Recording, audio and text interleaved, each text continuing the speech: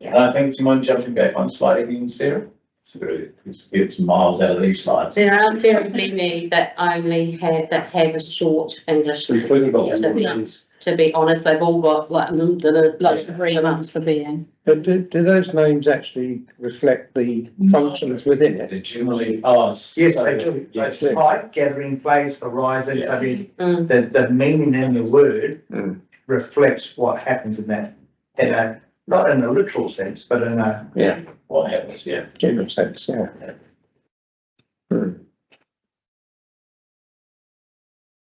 Right, Cromwell Memorial, we're good to you. I reckon Cromwell Memorial Centre. Like if I had to vote for something today, it would be Cromwell Yeah, Memorial that's like Centre. where I've got to as well. I don't like it particularly, but And yeah, then getting towards. yeah, it doesn't. It sounds like it might be a funeral. Yeah. We can work up the third word, so we can have a play with the thesaurus. This is a good starter for 10 though. So they never spot food.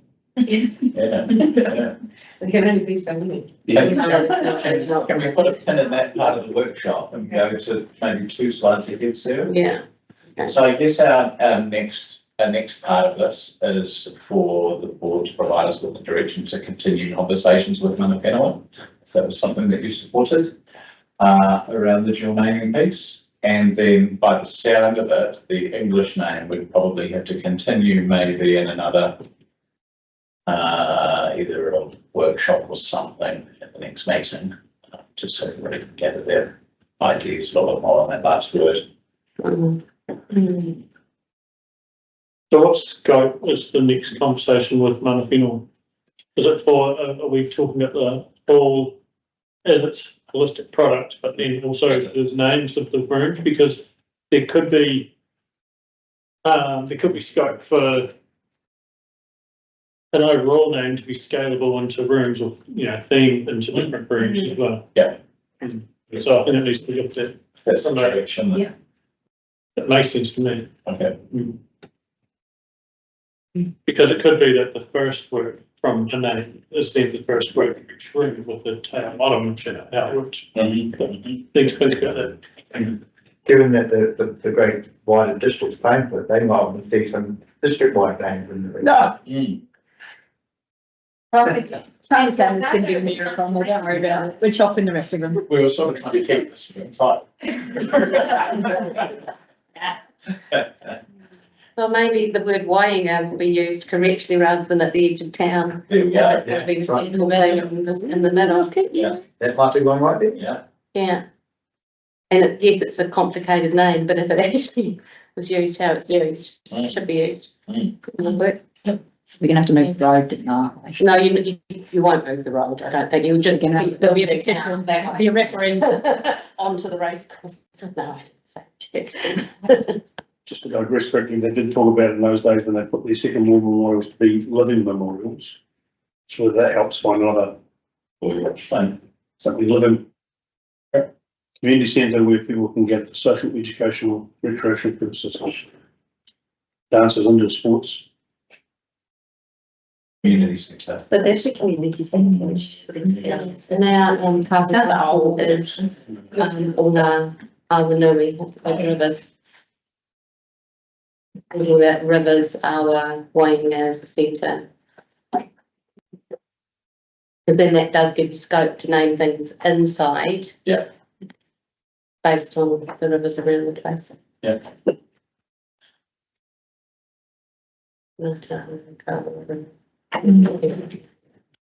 We just call it on the Commonwealth.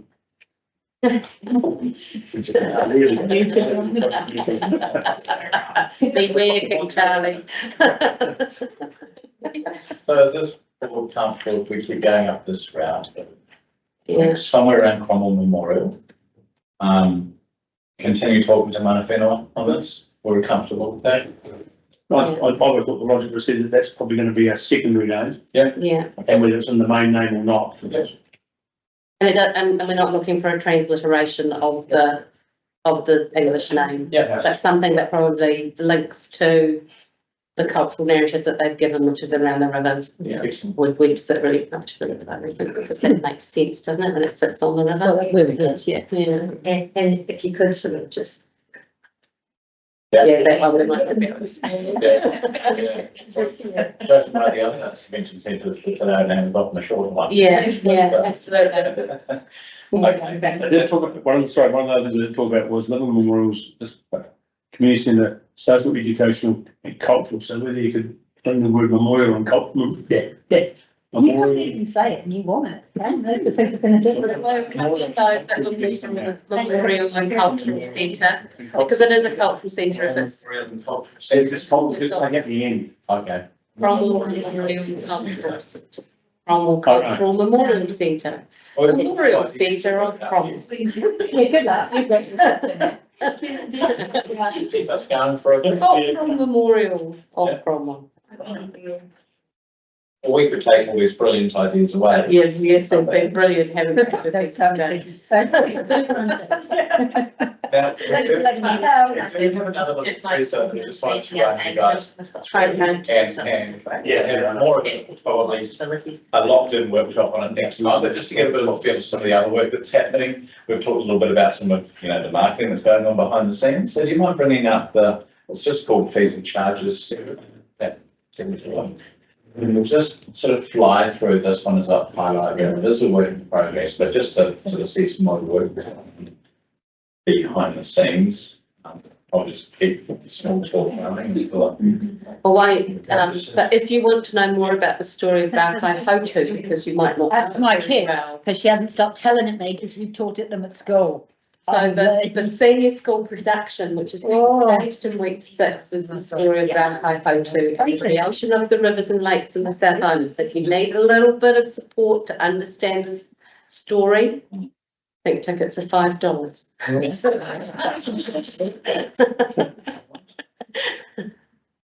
Mike Phelan has just announced his departure from QLDC. Do you know that? This 5-year term comes up early next year. But he's out. He's realised he probably Thanks, need to Mike. move along. So we'll just go through this at a bit of a good pace, just to get a little bit of a feel of how this is kind of coming together. So we went on our little tour today, and this is essentially how the entire centre hall is broken down. And so we are working out, as you can see, we're just working a little bit with our tourism team, and a few other people as well, and a few other connections that we have around the country and how they lease their spaces out. There are lots of different ways to configure fees and charges, and because this is the first time we've done a hall like this in this district, we are taking a little bit of time to get it right. And just to give a bit of an example, as if we had an exhibition in the auditorium, people would also lease some of the foyer space for, supplier breakout areas, and that's usually done on like a square metre basis, and you might hire the auditorium on a per day basis, for example. So there's a wee bit going on behind the scenes, and once we get clearer, we'll be able to bring it across this table and then obviously have it ratified to council. Next slide, please, Sarah. Again, just a quick overview as we sort of go with that 70-30, 70% community approach, 30% commercial approach. We're aiming for a 7-day-a-week facility of about 360 days, and it will have an open hours of about 74 hours per week. But we're sort of have a business case we've built, so just covering that again. And in comparison, our pools operate at 88 hours per week, so they are a lot more. Next slide, Sarah. So one of the things that we're doing, we're working out some of the marketing, and this will be, I guess, sort of a brochure on a website that people will be able to see the different ways of using the space and what the spaces offer. Next slide, thanks, Sarah. The auditorium gives a bit more of an overview of how many you can seat in there, what the inclusions are. There's a lot of lighting and all of that kind of stuff that's ready to go in there, and speakers and tables and things like that too. So we're sort of working all of this up as well. Next slide, Sarah. Just an example of one of the spaces, obviously the XL community space, giving an overview of what's included in your hire, what's not included in your hire, and just the little gap down the bottom is a space for, I guess, our fees and charges. Next slide again, Sarah, is an example of the medium space, which is the RSA room. Again, it has things like the inclusions, the floor area, the capacity of it, And obviously it's not open yet, so we have just rendered images. These will be updated, soon after the opens with real images, but we'll be using renders where we start to go out public with it. Next slide. Just a quick reminder of this is the summarised business plan for funding. It starts in the first year with the revenue just being essentially from leases to maximise the community through the hall. By the time we sort of get to year 4, year 5, for it to be up, funding a lot more of itself, sort of like on that sort of 5-ish, getting on to 700,000 in revenue. When we did all of this, some of the fees and charges that you'll see here fit into this. So if we go just the next slide, what people often do around the country is they generally have 3 rates. So just to keep it nice and simple, some have more, some have less, but essentially there's a commercial hire, there's a community, so there's generally 2 community hires. So one would be an example of one would be a ticketed event where somebody is putting on a show and you spend, say $50 per ticket to go to see the theatre, where community 2 might be me going for a ballet recital practice on a Saturday, not me, mine. So That is just, which none of us. yeah. Do some demonstrations today in This is the true. rehearsal room of how it may be used. Bring it, I would. No, not yet. Next slide. So just a quick summary as well, just on the higher rates. We've done it based on other council facilities that we have, and use the average higher rate. Other facilities around the country, people who run these types of centres around the country have been generous enough to give us, I guess, all of their modelling, all their fees and charges, and everything that they've done. So we've been able to do that, as well as comparing ourselves to local businesses here, just so we're not sort of, especially from the commercial rate, we're sort of not undercutting people, we're setting ourselves nicely in the market as well. And then discussion with community groups, people like Fine Time Theatre that we've had through there a couple of times as well, and just sort of, what they're paying for their rehearsals. And I guess it's quite timely, a group like this, we should grow, they are outgrowing some of the spaces that they've been in, but like to say, in some of in some of their other spaces that they're still rehearsing in, so it's good timing for them to have this to be built too. Next slide. Just to get a little bit of a feel of how this is broken down. Now I know we're public, so I do want to just caveat this, so it is a draft and we're still working it up. But a community group might be able to hire a full day in the auditorium, the big auditorium, which includes everything, all of your lighting and all of that kind of stuff. Around that sort of sitting around that 500 is what it's sort of built on. And I'm just making sure, I'm going to say this again, caveat this, we're just throwing numbers out there now for people who, the tens of thousands are watching online. So it just sort of gives a little bit of a feel of that, because the way the building has been built, a lot of things are included, your lighting, your sound, all of that kind of stuff is included, which makes this really accessible for community groups. Often, especially around the country, you've got to hire these things in when it comes to rehearsing practice. So it just gives an example of how that pricing would sit from a commercial point of view. If it was a ticketed event and if it was a non-ticketed event, we'll have more conversations and working this up. Next slide. The Excel Flex, just to also give a bit of an idea of what that might look like, sort of day hire and how that might sit. That sits quite low compared to other spaces of the same size that you hire in Cromwell. So if you were to hire the room at Highlands Motorsport Park at Pitt Lane, that seats 70 people, then you'll be spending at least $1,000 and you pay your AV on top of that. Yeah. It's the same at the gate. At the gate, it's the same. So if you're the conference room at the gate is the same sort of cost as that.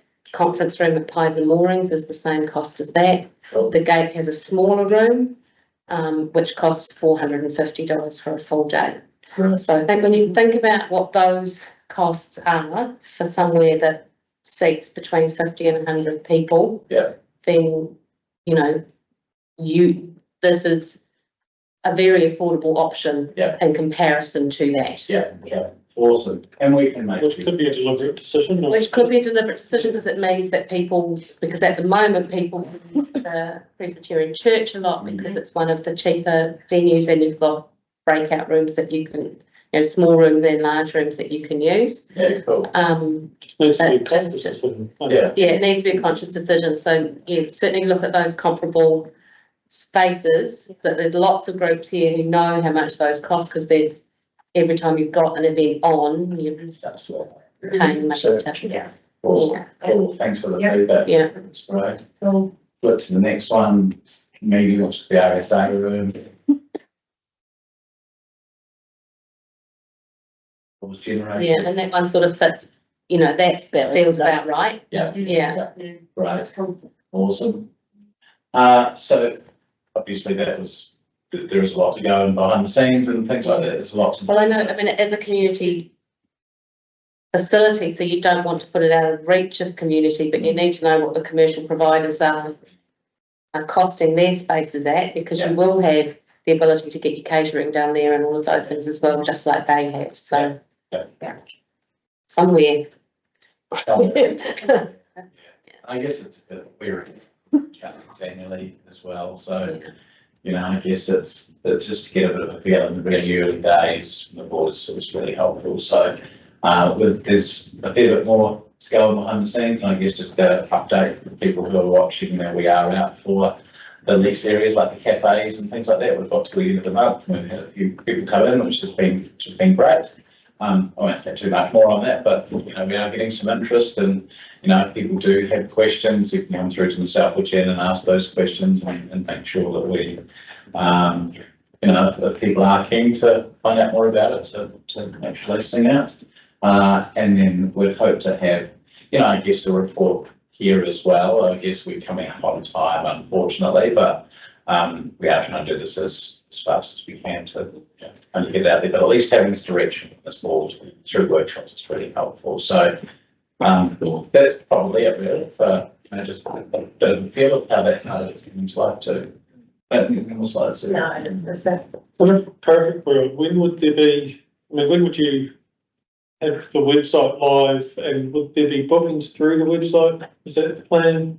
Yeah, we're part of operating as small as we're working it with our IM team who we have booking systems, and we have booking systems internally, so that makes it much easier. But yes, to be able to automate bookings as much as we can is a good. You see an availability calendar right there, isn't it? All of that, yeah, obviously the ideal is when we have a website go live is probably 6 months ago, but we're building it as we let it go, and we are at a good point of working through all that kind of stuff, and we've already got, I think September is a month, there's a bit happening in this town next year in September with the international gold panning and client time into a few things, so there's a few things already coming across.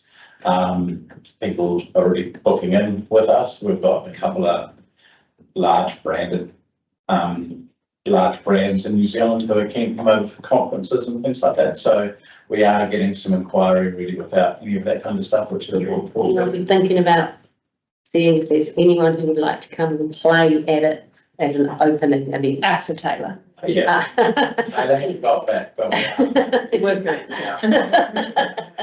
Yeah. And I guess that's part of the first month to celebrate the hall. Yeah. And the whole, we're We end up with the top twins. we are still targeting that July. Yeah. Oh, well, we can. We were sort of saying, so that would be yeah, Could be David dancing. That would be entertaining. me dancing. Oh, God, this is lovely. Let's have a bit of karaoke, will we? Yeah. In the Excel room. We'll put you in the, you can go in the cinema, it's soundproof. Well, we think, I guess once we want to close it up and getting more things in there ready to go, we can probably share all of that, and more ideas as we are working with a lot of the community groups who have been a massive part of this as well. And just making sure that they, feel included as well. So probably early in the new year around what a launch party could be, I guess it's kind of good timing being all winter, and light up winter and a lot of other things happening in that time as well. So, yeah, Yeah, exciting. Cool. It is exciting and Still going for the 1st of July. That's what it's all going for, yeah. and obviously the people sitting around this table hope that they're ditching us. Hope that we're all still part of this journey when we come at the end of it. Yeah. But it won't be the end of it, it'll be the beginning of it, which is the exciting bit. I'd just like to note, Madam Chair, that I'm not ditching, I'm controlling my own destiny. Yes, you are, and I commend you on your ability to do so. And we look forward to having a close working relationship with ORC moving forward. Councillor Gillespie. So thank you. We will miss some expertise around this table. Welcome.